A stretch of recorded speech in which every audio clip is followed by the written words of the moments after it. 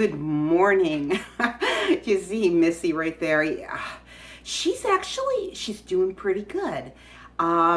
She struggles sometimes and she can't do all the things that she used to do, but she is still enjoying life, and I praise God for that because she's going to be 16 years old here, I believe in June of this year. She'll be turning 16. So yeah, God has blessed us with a nice long life because she is one sweet little dog. Anyways, I hope that you are enjoying your cup of coffee this morning, or if it's evening, whichever. And yeah, today is a beautiful day. Rick and I did something that I have not been able to do for nearly 2 years. Do you know what that is? I was able to go on a walk. Yeah, a 30-minute walk down our road. And I'm really surprised because tomorrow I go for my third injection of the gel injection. And I had the second one it'll be a week ago tomorrow. So it was last Tuesday I had the second one. And probably by Friday, I started to notice, like, you know what, this seems to be working a little bit, even though I was told that most people, this does not really show any signs of improvement until 2 or 3 weeks after the third injection. But yes, I was actually able to go on a 30-minute walk, and our road is rather hilly, so going uphill actually was easier than going downhill because I had to try to keep myself slowing down a little bit. I don't know, maybe the pressure going down, I don't know. Going downhill was actually a little bit harder on my knee than going uphill, and that I didn't expect. But anyways, I think you're going to really enjoy today's devotion. And considering that just last Wednesday was the beginning of Lent, I thought that we would kind of start into a series that will lead up to Easter.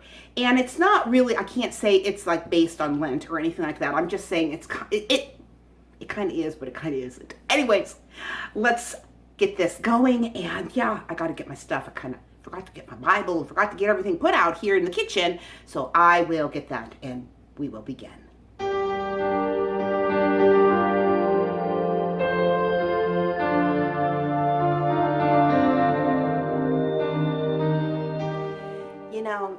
I think that if we were completely honest with ourselves, we'd have to admit that it is hard to totally surrender everything to Jesus.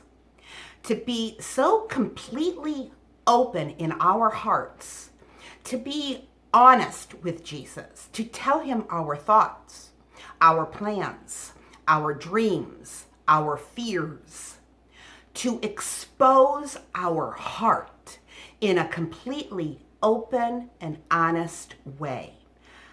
To put all our chips on Jesus, so to speak. What isn't hard is convincing ourselves that we are surrendered. Because we don't cheat on our spouses, and we take care of our family, and we love people, and we listen to worship music when we're in the car or at home. And yeah, after all, we've been doing this Jesus thing for a while now. But if I can be straightforward, we're surrendered. But the question is, to what? So let's take a moment and take a sincere inventory of our heart, an honest diagnostic, so to speak, and ask yourself, what do you spend time thinking about, dreaming about, striving for, hoping for? What comes to mind? Maybe comfort, the approval of man, safety, money, how everyone else is maybe wrong and you're right, and yeah, that's called legalism. You see, it's one thing to sing, "At the cross, I surrender my life," but it's another to walk that out in our day-to-day life. It's hard to surrender your life, to lay down your pride and your preferences. I would even go as far as to say that it's actually downright impossible. In fact, and now I want you to listen carefully, it's impossible to live out the Christian life as it is to come to the Christian life. So don't kind of mix up my words there. It's just as impossible to live out the Christian life as it is to come to the Christian life. Perhaps a more theological way to say this is sanctification is just as much a supernatural, God-empowered miracle as salvation. As much as we need him to save us, to that same degree, we need him to sanctify us. We need him for surrender. And how does this happen? Where do we run for this kind of help? To a place. There's a place where streams of grace flow deep and they flow wide. There's a place, and that place is the cross. Just like at salvation. And on the rugged cross hung a man. And flowing from that man's wounds is the power not just to save us, but to sanctify us. In Philippians chapter 1, verse 6, it tells us, "And I am sure of this, that he who begun a good work in you will bring it to completion at the day of Jesus Christ." After all, flowing from Jesus' veins is our power to surrender today. Such is the power of the gospel. It's the good news of Jesus applied to our drive home after church and throughout the week.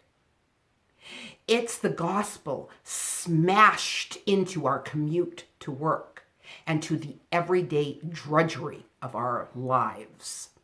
It's the gospel preached to ourselves through the hard hours of the day. John Piper said it well when he said, "Do you feed your faith day by day with the promises of this triumphant gospel? Do you as a believer go to the gospel day by day and savor its power in verses like Romans 8:32, which says, 'He who did not spare his own son, but delivered him over for us all, how will he not also with him freely give us all things?'" You see, the gospel is the good news that God gave us his son so as to obtain for us everything that would be good for us, everything we need to live surrendered lives. The gospel is the power that gives us victory over temptation, victory over despair and to pride, to greed and to lust. The gospel alone can triumphant over every obstacle and bring us to eternal joy. Whatever it costs, stand in it, hold fast to it, believe on it, feed on it, savor it, count it more precious than silver or gold. The gospel will save you and it will sanctify you, and it alone.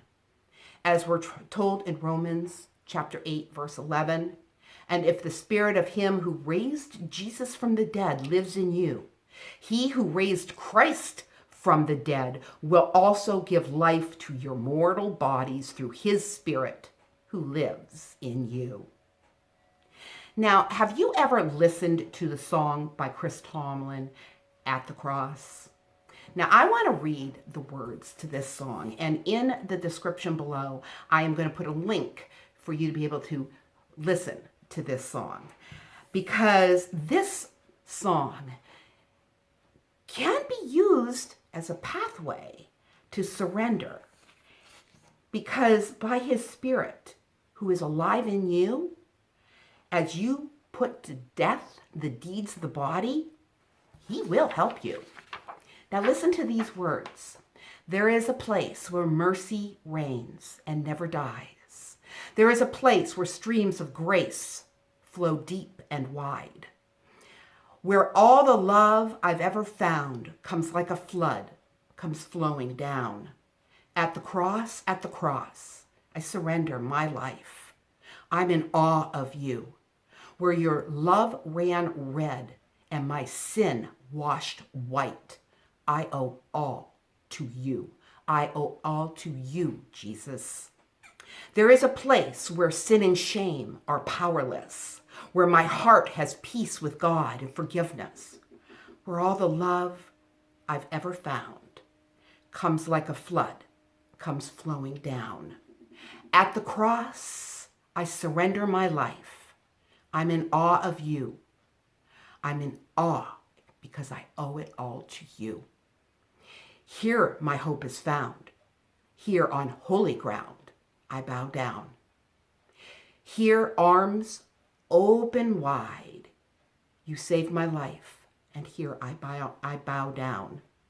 At the cross, I surrender my life. I'm in awe of you. I owe it all to Jesus. Now, of course, I didn't put all the repeats in there of that beautiful song, but I do encourage you to go and listen to it, to really, really open up your heart to God and allow yourself to be totally surrendered, because that's where you are going to find peace. This is a crazy world we live in. We're hearing horrible things. We're constantly put in situations of fear, whether it be war, whether it be pandemics, whatever it is. This is where you will find peace. God bless, and I will see you in the next video.